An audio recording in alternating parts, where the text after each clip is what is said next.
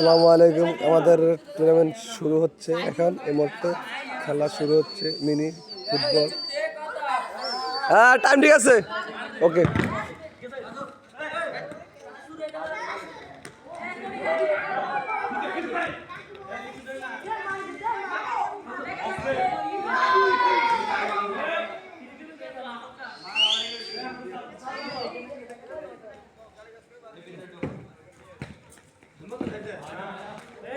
আপনার যদি ভালো লাগে ভিডিওটা লাইক করবেন, শেয়ার করবেন।